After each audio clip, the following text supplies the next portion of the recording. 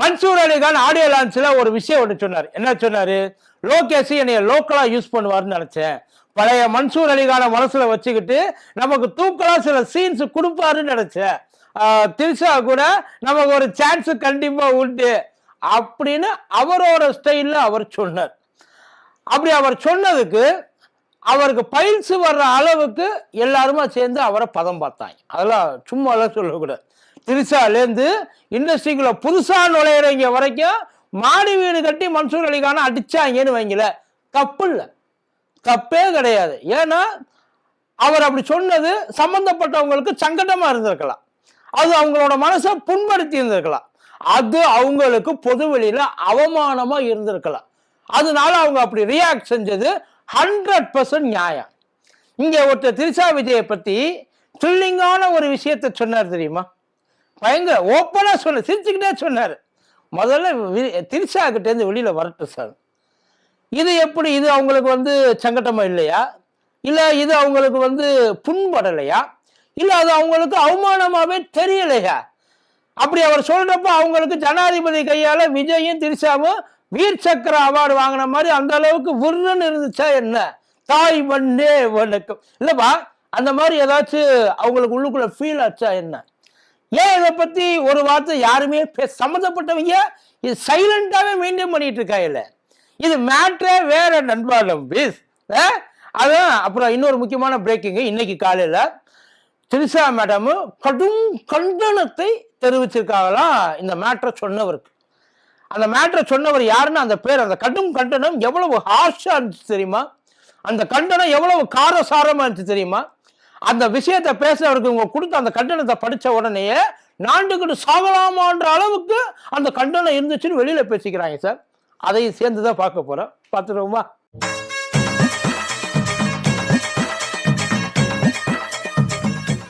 Booster சுகரை control பண்ணும், உங்க ஆரோக்கியத்தை மீட்டு தரும். சர்க்கரையை கட்டுப்படுத்துறதுக்கான எளிமையான வழிமுறை, இயற்கையான வழிமுறை. அனைத்து மருந்து கடைகளிலும் கிடைக்கும். மதியம் வணக்கம், இது மதியம் தர்பார் கூத்தடி கூப்பு. எனக்கு ஒரு விஷயம் மட்டும் புரியவே இல்லை சார். அதாவது திமுக காரன் யாரை திட்டினாலும் அது திமுக காரன் தான் கண்டிக்கணும். அதே மாதிரி வேற எவனாச்சும் வேற யாரையாச்சும் திட்டினாலும் திமுக காரன் தான் அதை கண்டிக்கணும் இல்லையா? மற்றவன் எவனும் வாயவே அதை பத்தி துறக்கவே மாட்டான், அப்படியே நைஸா நழுவிட்டு ஓடிடுவாங்க. அப்படி ஒரு சம்பவம் என்னன்னு தெரியலப்பா, பேசிட்டு போயிட்டாப்புல. இப்படி பேசுறது ஒரு பேச்சுக்கு சொல்ற. இதே வார்த்தைய ஐயா ஆர் ராசாவோ இல்ல அண்ணன் பொன்முடியோ இல்ல RS பாரதி ஐயாவோ இல்ல வேற யாரோ மேல திமுக தலைமையில இருக்க நயினார் அண்ணன் சொன்ன மாதிரி வீட்டுல இருந்து வெளியில வரணும்னு சொல்றது திமுக சொல்றது. ஆனா அங்க நயினார் அண்ணன் என்ன சொல்லியிருக்காப்புல, திரிஷா கிட்ட இருந்து வெளியில வரட்டும், திரிஷா வீட்டுல இருந்து வெளியில வரட்டும்.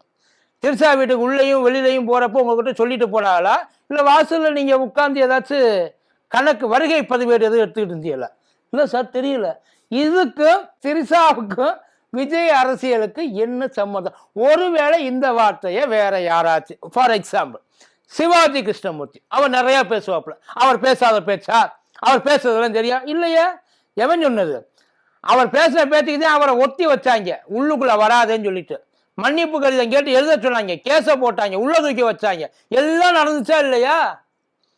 அதை திமுக ஆதரிக்குதுன்னு அர்த்தமா? இப்ப இதே எஃபெக்ட் இப்ப சிவாஜி கிருஷ்ணமூர்த்திக்கு கொந்தளிச்சாங்க இல்லையா? குஷ்பு கொந்தளிச்சாங்க, வானதி சீனிவாசன் அக்கா கொந்தளிச்சாங்க, எல்லாரும் கொந்தளிச்சாங்க. ஏன் இப்ப நயினார் அண்ணனுக்கு ஏன் யாரும் கொந்தளிக்கல? அவர் நல்ல மனுஷன், சட்டசபையில கூட பயங்கரமா பேசுவாரு. சிவாஜி கிருஷ்ணமூர்த்திக்கு அதுதான் வேலையா? ரோட்ல போறப்ப எல்லாம் எப்பயுமே அசிங்கமா பேசிட்டு கண்டதை கடித காசிப்ப சொல்லிக்கிட்டு அப்படியே தான் திரிவார். அவர் அப்படி பிறந்ததுல இருந்து அப்படிதான் இருந்தாரா என்ன? எல்லாரும் நல்ல மனுஷங்க தான். அதை விடுங்க, சிவாஜி கிருஷ்ணமூர்த்தி கண்டனம் எங்க இருந்து வந்து தெரியுமா? முதல்ல கனிமொழி அக்காட்ட இருந்து வந்துச்சு.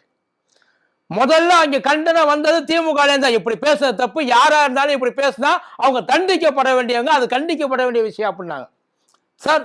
முதல்ல இதே மாதிரி முதல்ல கண்டனம் வந்ததும் நயினார் அண்ணன் இங்க தங்கத்தை இங்க இருக்காங்கல்ல தமிழச்சி தங்கப்பாண்டியன் அக்கா, அவங்க அப்புறம் கனிமொழி அக்கா, ஜோதிமணி அக்கா, சுதா, அவங்க இந்த நாடாளுமன்ற விருதுநகரா எந்த அது மன்னாகுடி ஏதோ ஒரு தொகுதி, அவங்க காங்கிரஸ்ல இருந்து வந்துச்சு, திமுக இருந்து வந்துச்சு. ஆனா பாஜகல இருந்து யாராச்சும் ஒருத்தங்க வாயை துறப்பாங்கன்னு பார்த்தா ஒரு பய துறக்க மாட்டேன்றாங்க சார்.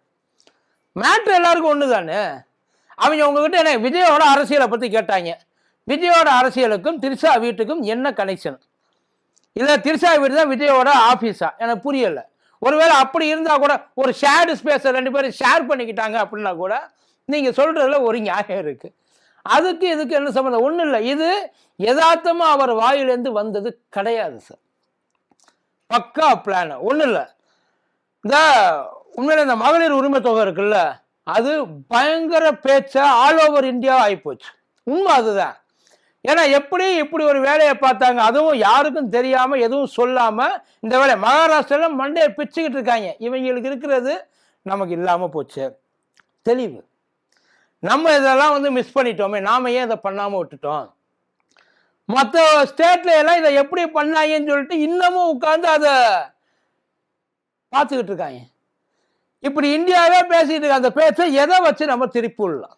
ஒரு கான்ட்ரவர்சி நமக்கு கை வந்த கலை தானே சார். ஒன்றும் இல்லை. இதே நயினார் என்ன ஆண்டாள் விஷயம் இருக்கு இல்லையா, வைரமுத்து ஐயா பேசின ஆண்டாள் விஷயம், அந்த ஆண்டாள் விஷயத்துக்கு எப்படி கொந்தளிச்சாப்புல தெரியுமா? எவன் தப்பா பேசினாலும் அவனை வெட்டுவேன், அவன் உசுரை எடுக்க கூட நம்ம தயங்க கூட. இது நயினார் என்ன பேசின பேச்சு சார், இன்னமும் அப்படியே இருக்கு.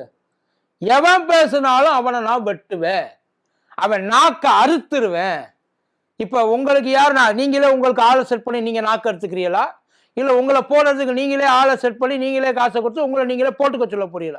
எப்படி அது? இது ஒன்றும் விஜயை பற்றி புதுசாக நயினாரன்ட்ட கேட்கல, ஃபர்ஸ்ட் டைமா. அவர் ஒன்றும் இப்போ கட்சியை ஆரம்பிக்கல. எப்போ கேட்டாலும் அதுக்கு உண்மையிலேயே ரொம்ப டீசெண்டான மனுஷன் சார் நயினாரன்னே. இதனால ஒரு எச்ச புத்தி உள்ளவர் அப்படிலாம் யாருமே சொல்ல மாட்டாங்க.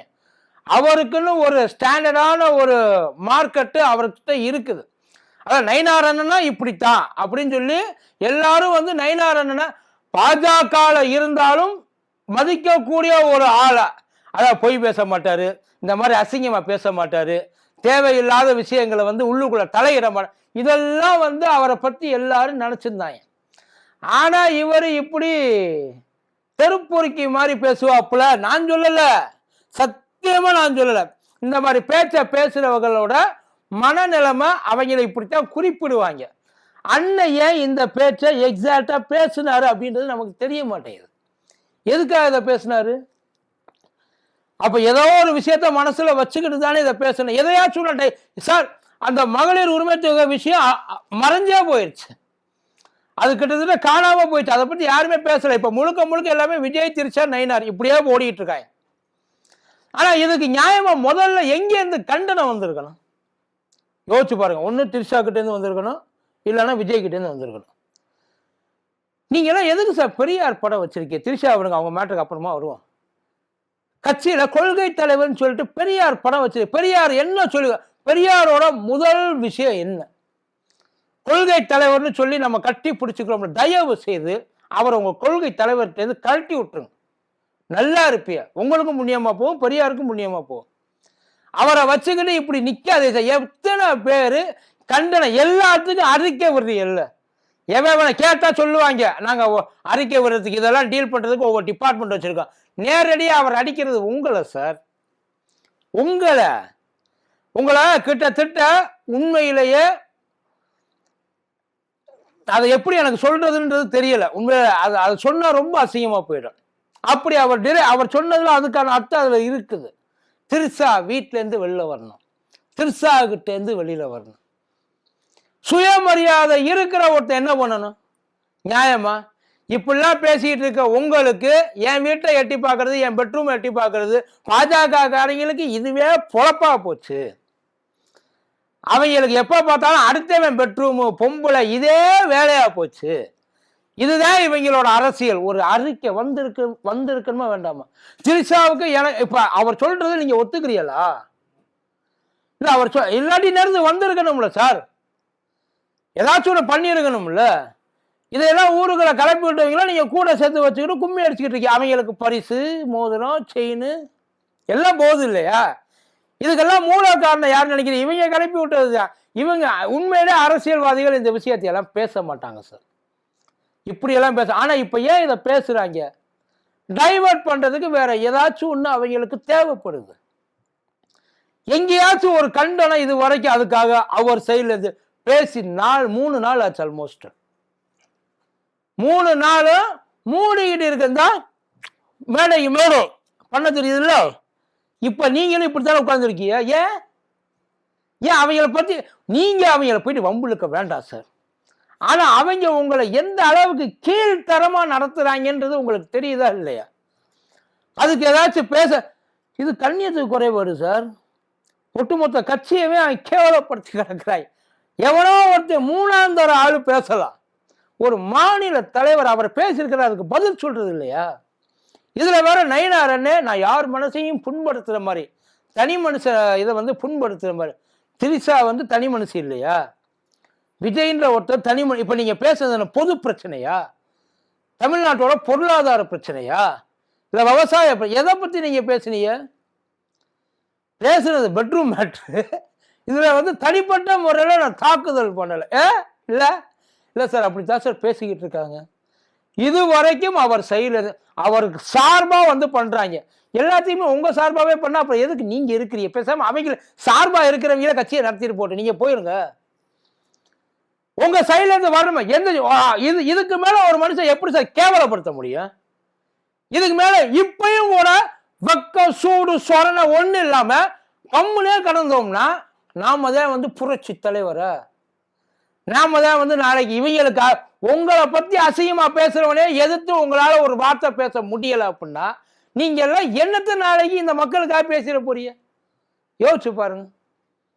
இல்ல அந்த விஷயத்தெல்லாம் கொஞ்சம் யோசிச்சு பார்த்தீங்கன்னா அதுக்கப்புறம் உங்களுக்கு தெரியும். இது வரைக்கும் வாயிலேருந்து வார்த்தையில தயவு செய்து பெரியார் போட்டோ தலையை சுற்றி தூக்கி போட்டுருங்க. வச்சுக்காது. இதுக்கு மேல அதை வச்சுக்காதீங்க. அது பெரியாருக்கு அசிங்கம், உங்களுக்கு அசிங்கம். பேருக்காவாச்சு ஏதாச்சும் ஒண்ணுமே இல்லை, சும்மா நாச்சு. இப்ப திரிசா கொடுத்தாங்களோ ஒரு கண்டனம். அந்த கண்டனம் என்ன தெரியுமா? இதை நான் இவர்கிட்ட எதிர்பார்க்கல. இதுதான் அவங்க கொடுத்த கடுமையான கண்டனம். ரொம்ப ஆக்ரோஷமான ரொம்ப வீரியமான ஒரு கண்டனம் இதுதான், வேற எதுவும் இல்லை. எதிர்பார்க்கல. தயவு செய்து என்னை இனிமேலுக்கு எங்கேயும் இழுக்காதீங்க. உங்க அரசியலை என்கிட்ட கொண்டு வராதீங்க. குறைஞ்சபட்சம் அவங்களுக்கு அந்த கண்டனத்தையாவது கண்டனன்ற பேர்ல ஒரு சின்னதா எதையாச்சும் ஒன்று சொன்னாங்க பத்தியெல்லாம். அட்லீஸ்ட் அதுக்கு அவங்க ஒன்று கட்சி தலைவி இல்லை, அவங்க ஒன்று பார்ட்டி ஆரம்பிக்கல, தமிழ்நாடு மக்கள் அவங்கள காப்பாற்ற போறேன்னு இல்லை. அவங்களுக்கு அவங்களோட அந்த டிக்னிட்டின்னு ஒன்று இருக்கு இல்லையா? அவங்களோட டிக்னிட்டி, அந்த டிக்னிட்டி மேல அவங்களுக்கு கொஞ்சம் அக்கறை இருக்குது. ஆனா அதுல கொஞ்ச நாள் நமக்கு இருக்கணுமா வேணாமா? யாரை வச்சு அவங்கள அம்புழுக்கிறாங்க? உங்களால தானே அவங்க அடிபட்டு கிடக்குறாங்க. உங்களை சுத்தி இருக்கிறவங்க எல்லாரும் உங்களுக்காக அசிங்கப்படுறேன், அவமானப்படுறேன், கஷ்டப்படுறேன். ஆனா நீங்க மட்டும் எதையும் கண்டுக்காம சாலியாவே இருப்பீல்ல. இப்ப நயினார் அண்ணன் சொன்னது அவரோட பிளான் சக்சஸ். அவர் சொன்னாரு அடுத்த நாள் வந்து நான் யாரையும் புண்படுத்தலன்ட்டாரு. இதனால அவர் சொன்னது இல்லைன்னு ஆயிடுமா என்ன? அவர் சொன்னது இல்லை, அவர் சொன்னது வந்து யாரையும் வந்து கஷ்டப்படுத்தல. விட்டுட்டு பேசாம போயிருவீங்களா? வள்ளலார் வழியே வள்ளலார். அப்புறம் ஏன் இந்த வாய் திமுக மட்டும் பார்த்தா ஏன் ஒரு பேச்சு? இந்த வாய் திமுக ஒரு வேளை வந்து ஏதாச்சும் பேசிதான் இந்த வாய் இப்படி பேசாம இருக்குமா? இவ்வளவுதான் சார் இவங்க அரசியல். அவர் நினைச்சு எனக்கு என்னமோ இவங்க எல்லாம் வந்து ஒண்ணு சேர்ந்துக்கிட்டு தான் எல்லாத்தையும் பிளான் பண்றாங்களோ. நான் இப்படி பண்றேன், நீ இப்படி பண்ணு. இவங்க எதையும் வந்து செஞ்சாலும் அதை செஞ்சதை வந்து வெளியில வந்து எதுவுமே வந்து அஃபெக்ட் ஆகாம அது வந்து பெரிய இதுவா உருவெடுக்காம நம்ம பார்த்துக்குவோம். அந்த மாதிரி ஏதாச்சும் ஐடியாவில் இருக்கலான்னு அசிங்கமா இருக்கு சார். இதுக்கு மேலே நீங்க வாயை திறக்காம உட்காந்துருந்தீங்களா நல்லா இருக்கு. ஒன்றும் இல்லை, நீங்க தான் தமிழ்நாட்டை காப்பாற்றுறதுக்கு சரியான ஆளு. நீங்க வந்தா எல்லாம் சரியாயிடும், தலைகீழா மாறிடும். எதிர்த்து நின்று போராடுவீங்க, எல்லாத்துக்கும் குறை கொடுப்பியன்னு உட்காந்து நம்பிட்டு இருக்கான் பத்தியலா? அவன் வாயில விழுந்த மண்ணு தான் நயினார் அள்ளி போட்டது, வேற எதுவும் இல்லை. நன்றி.